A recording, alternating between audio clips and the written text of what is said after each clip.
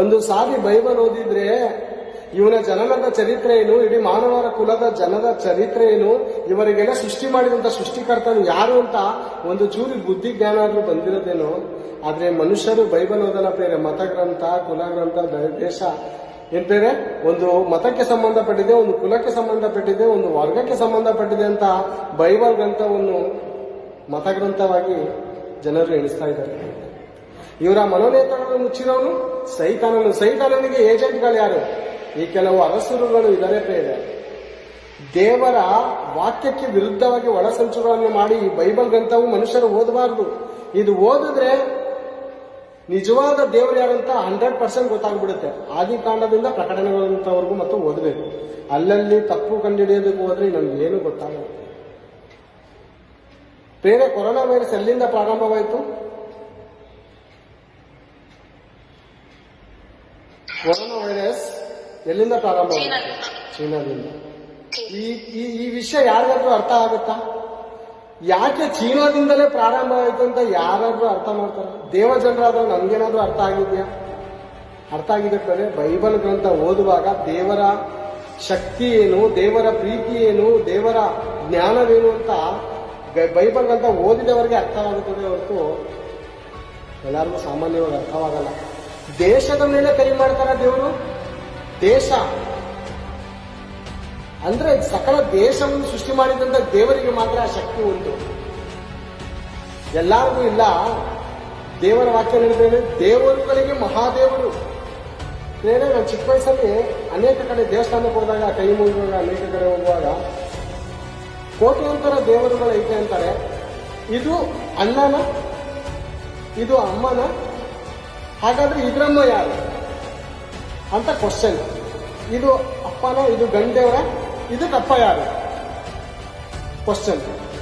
ಹೀಗೀಗೆ ಪ್ರಶ್ನೆ ಹಾಕೊಂಡು ಹೋಗುವಾಗ ಕೀರ್ತನೆಗಳಂತ ಗೊತ್ತಾಯ್ತು, ದೇವರುಗಳಿಗೆ ಮಹಾದೇವರು ಯಾರು? ಆ ತಂದೆಯಾದ ಪರಮಾತ್ಮನು ಅಂತ ಅಪ್ಪ ನಮ್ಗೆ ಸಿಕ್ಕಿದ್ದಾನೆ. ಪ್ರಪಂಚಕ್ಕೆ ಮಕ್ಕಳು ಸಿಕ್ಕಿದ್ದಾರೆ ಅಂದ್ರೆ ಈ ಲೋಕದ ದೇವರುಗಳು ಅವ್ರಿಗೆ ಸಿಕ್ಕಿದ್ದಾರೆ. ಪರಲೋಕದ ದೇವರು ನಮಗೆ ನಿಮಗೆ ಸಿಕ್ಕಿರುವಂತದ್ದು ಭಾಗ್ಯಕರವಾದಂತ ವಿಷಯ. ನಿಜವಾಗ್ಲೂ ಯಾರು ಧನ್ಯರು ಅಂದ್ರೆ ಕ್ರೈಸ್ತರು. ಎದೆ ಕಟ್ಟೆ ಇರಬೇಕು ಸರ್ವ ಜನಾಂಗದ ಮಧ್ಯದಲ್ಲಿ. ಯಾರು ಧನ್ಯರು ಅಂದ್ರೆ ಕ್ರೈಸ್ತರೇ ಧನ್ಯರು. ಯಾವನ ಪಾಪವು ಕ್ಷಮಿಸಲ್ಪಟ್ಟಿದೆಯೋ, ಯಾವನ ಲೆಕ್ಕಕ್ಕೆ ಅವನ ಅಪರಾಧವು ಎಣಿಸಲ್ಪಡುವುದಿಲ್ಲವೋ ಅವನೇ ಧನ್ಯನು. ಬೇರೆ ಏನ್ ಬೇರೆ ನಾವು ಯಾವತ್ತಾದ್ರೂ ಅದೃಷ್ಟವಂತರು ಅಂದ್ಕೊಂಡಿದೀವ? ನಮ್ಮ ದೇವರು ಎಂತಂದ್ರೆ ದೇಶಗಳನ್ನು ನಿರ್ನಾಮ ಮಾಡುವಂತ ಸರ್ವಶಕ್ತನು. ಹೌದಾ? ಖಂಡಿತ. ಎರೆಮೇನ ಪ್ರವಾದನೆ ಗ್ರಂಥ 25ನೇ ಅಧ್ಯಾಯ ಒಂದು ಸಾರಿ ತೆಗೆದು ನೋಡೋಣ. ವಚನ ಹೇಳಿ ಬ್ರದರ್. 25ನೇ ಅಧ್ಯಾಯ ತೆಗೆಯೋಣ. 31ನೇ ವಚನದಿಂದ ಓದೋಣ. 31ನೇ ವಚನ. ಶಬ್ದವು ಭೂಮಿಯ ಕಟ್ಟಕಡೆಯವರೆಗೆ ವ್ಯಾಪಿಸುವುದು ಯೆಹೋವನಿಗೂ ಜನಾಂಗಗಳಿಗೂ ವ್ಯಾಜ್ಯ ಉಂಟಷ್ಟೇ. ನರಜನ್ಮದವರ ಸಂಗಡ ನ್ಯಾಯಕ್ಕೆ ನಿಲ್ಲುವನು, ದುಷ್ಟರನ್ನು ಖಡ್ಗಕ್ಕೆ ಗುರಿ ಮಾಡುವನು. ಇದು ಯೆಹೋವನ ನುಡಿ. ಏನಂತೆ? ಶಬ್ದವು ಭೂಮಿಯ ಕಟ್ಟ ಕಡೆಯವರೆಗೂ ವ್ಯಾಪಿಸುವುದು. ಏನ್ ಶಬ್ದ? ಕೊರೋನಾ ವೈರಸ್ ಶಬ್ದ ಬಂತ ಪ್ರೇರೆ? ಬಂತು.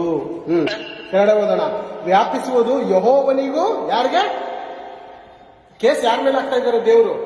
ಯೆಹೋವನಿಗೂ ಜನಾಂಗಗಳಿಗೂ ಭೂನಿವಾಸಿಗಳಿಗೂ ವಾಜ್ಯ ಉಂಟಷ್ಟೇ. ವಾಂಚ ಅಂದ್ರೆ ದೇವರ ಕೇಸ್ ಆಗ್ತಾ ಇದ್ದಾರೆ. ಯಾರ ಮೇಲೆ?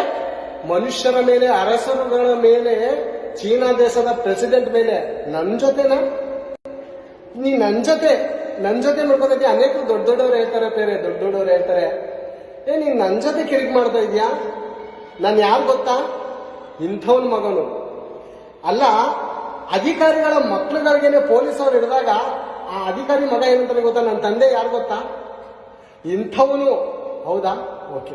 ಈಗ ತಂದೆ ಜೊತೆನೆ ವಾಜ್ಯಕ್ಕೆ ನಿಂತ್ಕೊಂಡ್ರೆ ದೇವ್ರೇನ್ ಹೇಳ್ತಾರೆ ಗೊತ್ತಾ? ಯಾರ್ಯಾರಿಗೆ ವ್ಯಾಜ್ಯ ಅಂತೆ? ಯೆಹೋವನಿಗೂ ಜನಾಂಗಗಳಿಗೂ ವಾಜ್ಯ ಉಂಟಷ್ಟೇ. ನರ ಜನ್ಮದವರ ಸಂಗಡ ನ್ಯಾಯಕ್ಕೆ ನಿಲ್ಲುವನು, ದುಷ್ಟರನ್ನು ಖಡ್ಗಕ್ಕೆ ಗುರಿ ಮಾಡುವನು. ಇದು ಯೆಹೋವನ ನುಡಿ. ಈಗ ಕೆಳಗಡೆ ಓದೋಣ. ಸೇನಾಧೀಶ್ವರನಾದ ಯೆಹೋವನು ಇಂತನ್ನು